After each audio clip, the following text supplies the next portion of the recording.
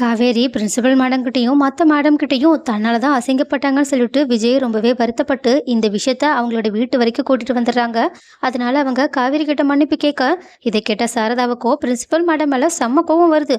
அதனால அடுத்த நாளே கிளம்பி அவங்க பிரின்சிபல் மேடம பார்க்க போனது மட்டும் இல்லாம, உண்மையாவே காவேரியும், விஜயும் புருஷன் பொண்டாட்டின்னும், அம்முவோட அம்மா தான் காவேரின்னும் சொல்லிடுறாங்க. அதே நேரத்துல அவங்க 2 பேருக்கும் நடுவுல என்னலாம் நடந்துச்சு, இப்ப வரைக்கும் காவேரி எந்த அளவுக்கு கஷ்டப்பட்டுக்கிட்டு இருக்காங்க. அவங்களோட ஆக்சிடென்ட் நடந்ததுனால அவங்களோட நினைவுகள் எல்லாமே மறந்த விஷயத்துலேருந்து எல்லாத்தையுமே சொல்லிடுறாங்க.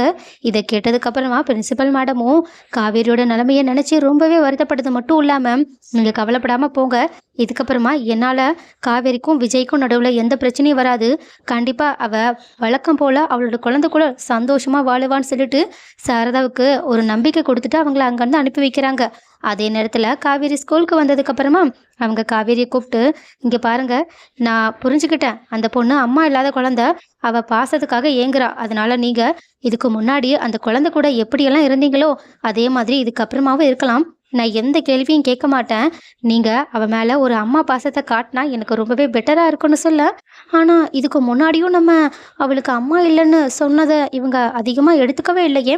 ஆனால் இப்போ என்ன இவங்க அப்படியே மாற்றி பேசுகிறாங்கன்னு காவேரிக்கோ ரொம்பவே ஆச்சரியம். அதனால அவங்க எதுவுமே பேசாமல் ஷாக்கிங்கோடயே நின்றுக்கிட்டு இருக்காங்க. பட் பிரின்சிபல் மேடமும், போங்க போய் அந்த குழந்தைய நல்லபடியாக பார்த்துக்கோங்க, என்ன இருந்தாலும் ஸ்கூலில் இருக்கிற குழந்தைங்களும் நம்ம குழந்தை மாதிரி தான், அதனால அந்த குழந்தைய உங்கள் குழந்தை மாதிரி பார்த்துக்கோங்கன்னு சொல்கிறாங்க. இதை கேட்டுட்டு காவேரிக்கோ கையும் ஓடலை காலும் ஓடலை.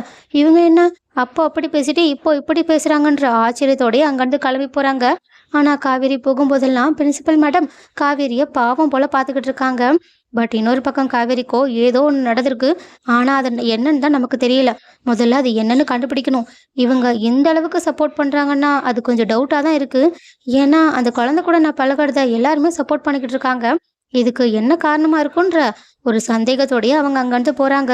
ஸோ இந்த சந்தேகமே கூடிய சீக்கிரம் காவேரிக்கு தன்னோட வாழ்க்கையை பத்தின பழைய ஞாபகங்கள் எல்லாத்தையுமே ஞாபகப்படுத்துற ஒரு விஷயமா கூட இருக்கலாம்.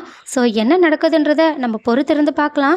அண்ட் ஆல்சோ காவேரிக்கு கூடிய சீக்கிரம் எல்லாமே ஞாபகம் வரணும். முக்கியமா அவங்களுக்கும் விஜய்க்கும் நடுவில் இருக்க காதல் கதை அவங்களுக்கு ஞாபகத்துக்கு வரணும்.